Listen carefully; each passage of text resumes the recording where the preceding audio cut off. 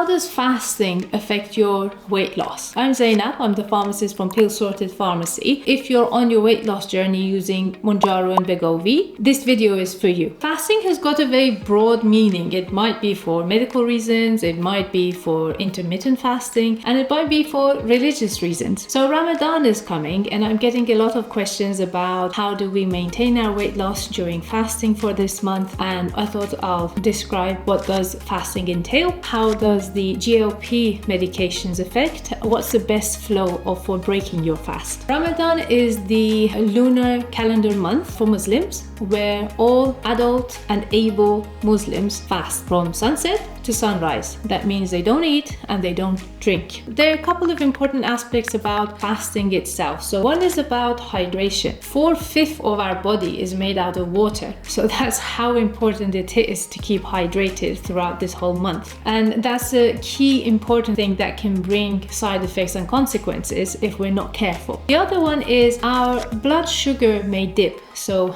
a lot of people might experience a little bit of dizziness and a bit of headache right before iftar, so right before they break their fast. It can be because of the low blood sugar, but usually it is relieved when you break your fast, and that's why the flow of breaking your fast is important. And the third one is about preserving your energy. So energy preservation is super important during this time. You definitely need to put in a couple of breaks in the day. So be it a half-hour power nap, be it just no focus work, does really help your consistent energy levels throughout the day. Okay, so that's the important factors about fasting. How does it affect your weight loss, and how does the GLPs come into play here? So the important factors about weight loss is because all of your routines are going to be changed most of the time. The bedtime, the time you rest, is the time that you're going to be eating and drinking. So that will be affected,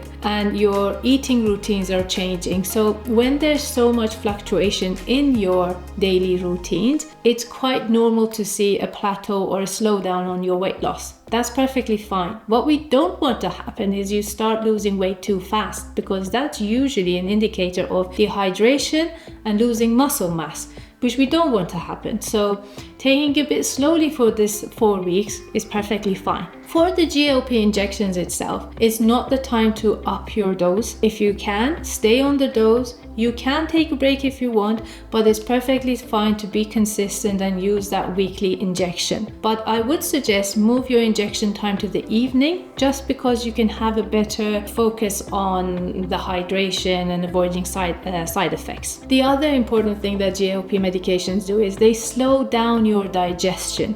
So it'll take your body longer to wake up. That means it's really key that at the beginning of breaking your fast, you don't want to put heavy food. So don't go protein heavy when you want to break your fast, because your digestion hasn't woken up, and it can bring up the consequences of nausea and indigestion symptoms. So that's another important thing for the GLPs. Finally, I want to talk about the flow of breaking your fast. The two key areas that you want to start with is hydration and the fast glucose. So that's why the beautiful dates come into place. They will replenish your sugar levels very fast, and hydration is very important. So be it a warm liquid, tea, milk, water, anything, but hydration and this fast sugar is the first key ones. Then you want to move into something that's easy to digest. Things like soups, yogurt. These are really helpful. They help your digestion system to wake up, and they give you that energy that you need. If you want to put in a bit of exercise, this is the time. So put a little bit of a walking or simple exercise.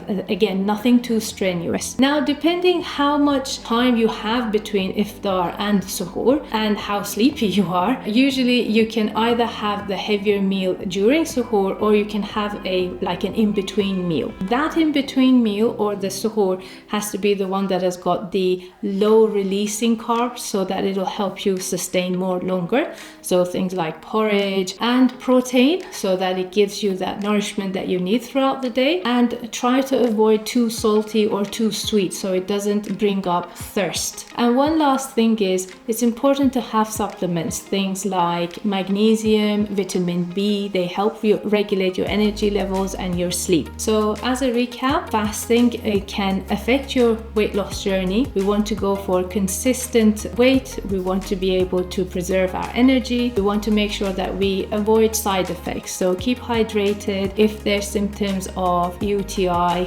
constipation, or nausea, make sure that you talk about that with us and any clinician. So we're here for that clinician-led safe advice.